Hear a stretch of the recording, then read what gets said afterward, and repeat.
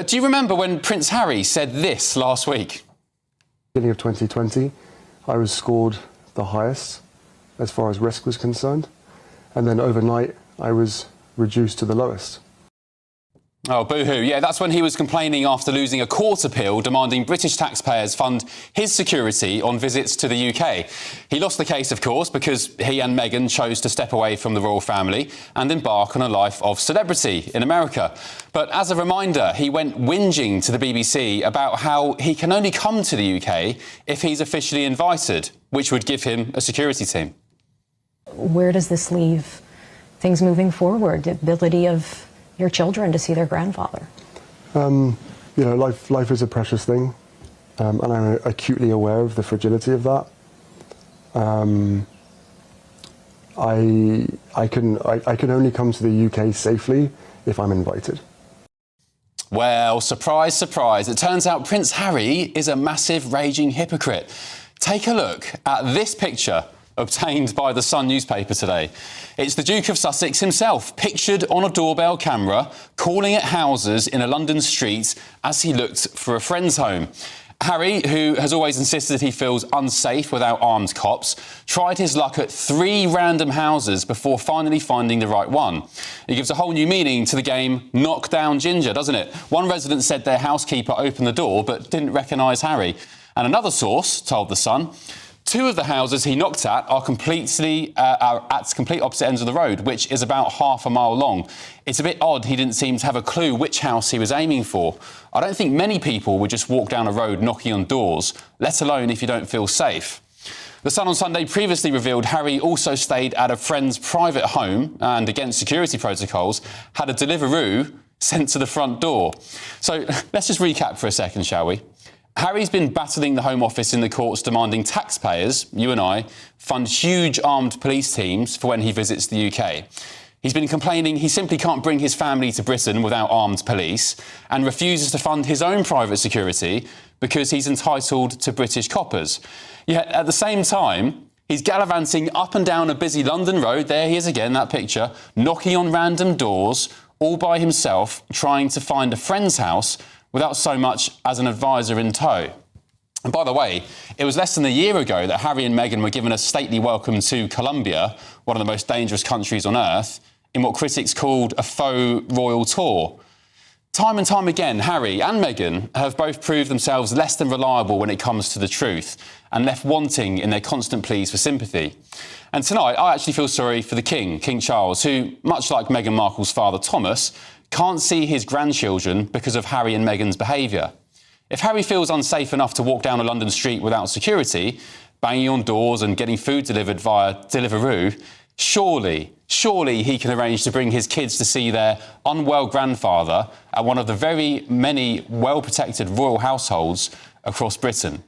For me, Harry's making a deliberate decision to keep his children away from the King, and it's a big crying shame. 22 bombshell, revenge, Meghan, Harry and the war between the Windsors. Tom, good evening, nice to see you.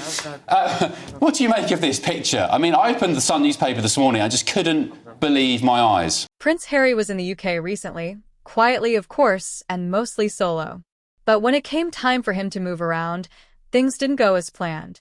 His security arrangements reportedly fell through, and instead of being surrounded by elite protection like the old days, he was left knocking on private doors, trying to gain access or get assistance. Yes, the King's son, a former senior royal, knocking on doors like a stranded backpacker. Imagine that, after everything he's said about needing security, suing the UK government over it, and demanding the same treatment he had before, he ends up on foot, asking for help. It's beyond awkward. It's humiliating. And then comes Tom Bower. If you don't know Bower, he's the author of Revenge, Meghan, Harry, and the War Between the Windsors.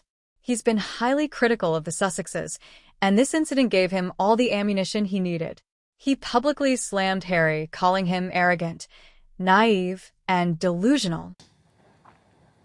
I think it just shows what a desperately sad man Harry is. But on the other hand, it does show that the litigation he brought against the Home Office was not really only about protection. He knew very well that he wasn't going to get it. I think it was all about trying to embarrass the King. It was about destroying the monarchy. It was about all the time me, and Meghan, and very much it was Harry wanting to say that he is somebody who can make huge problems for his family. And I'm not totally surprised by this. I'd heard he's pretty desperate. He was looking for company. I think that really is the issue. Harry feels completely isolated from Britain. And what's remarkable about that particular Sun exclusive is that he didn't have one of his bodyguards, who he pays a lot of money to go and find his friend. It just shows, really, that Harry's pretty incompetent above everything else. Yeah, I mean, it's just insane. As I said in the introduction, it just lays bare the rank hypocrisy. What do you make, Tom, of these accusations that Harry is using his children as a weapon, I guess, against his family? He's basically been accused of saying, look, give me this protection, or Father, King Charles, you're not going to see the kids because I just simply can't bring them to the UK. Of course, it's blackmail, emotional blackmail, and that's what he's been doing for some time. And unfortunately, it's something as well his mother did against Charles. The one point about all this is that Charles is not well, obviously. He's got cancer and being treated. And Harry is using that as a lever too. I think he did that interview because he was incandescent that in the end his litigation failed. It cost him allegedly £1.5 million and got him nowhere.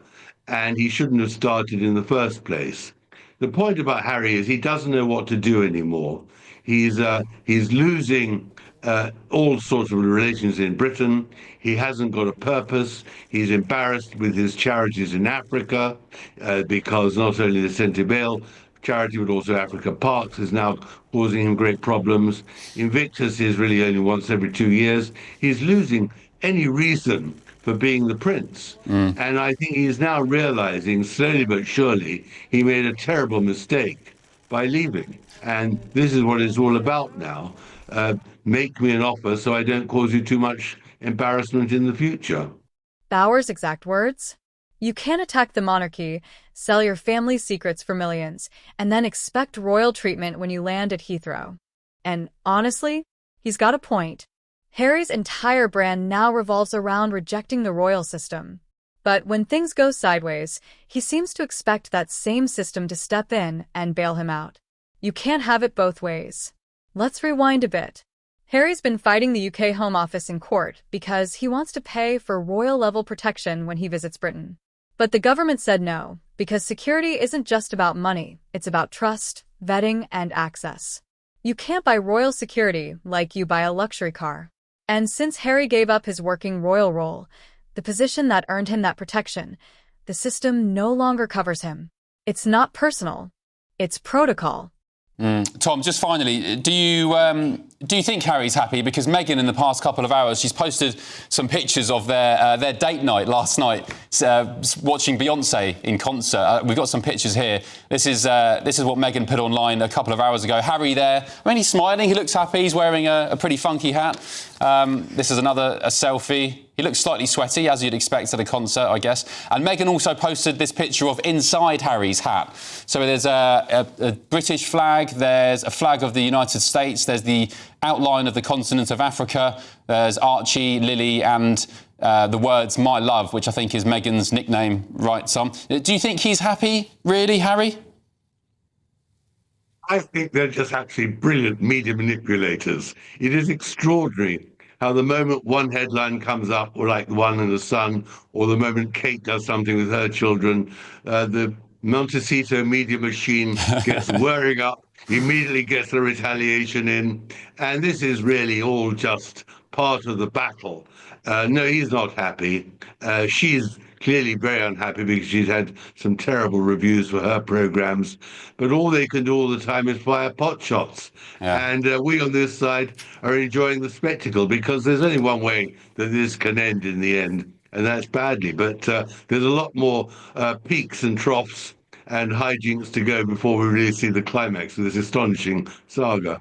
Yeah, the Sussex psychodrama, as they call it. Tom Bauer, thank you for your company. Really appreciate it.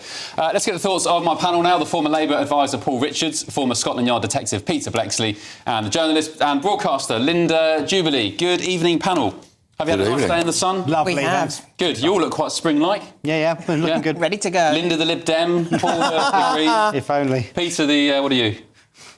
You take a guess. Peter, you're just Blexley. You don't need a nickname. Linda, let's start with you. Ladies first. Do you feel sorry for Harry? I do. He looks thoroughly miserable in my book. I don't know that I feel sorry for him. I'm becoming increasingly irritated by him. And although this kind of reveals something about my age, I was actually outside the hospital where the Lindo wing is when he was born. I was one of the reporters doorstepping the hospital. So I've reported it on him across a lifetime. And I'd be the first to say that when his mother died, it was his treatment, really, by the royal family was completely appalling.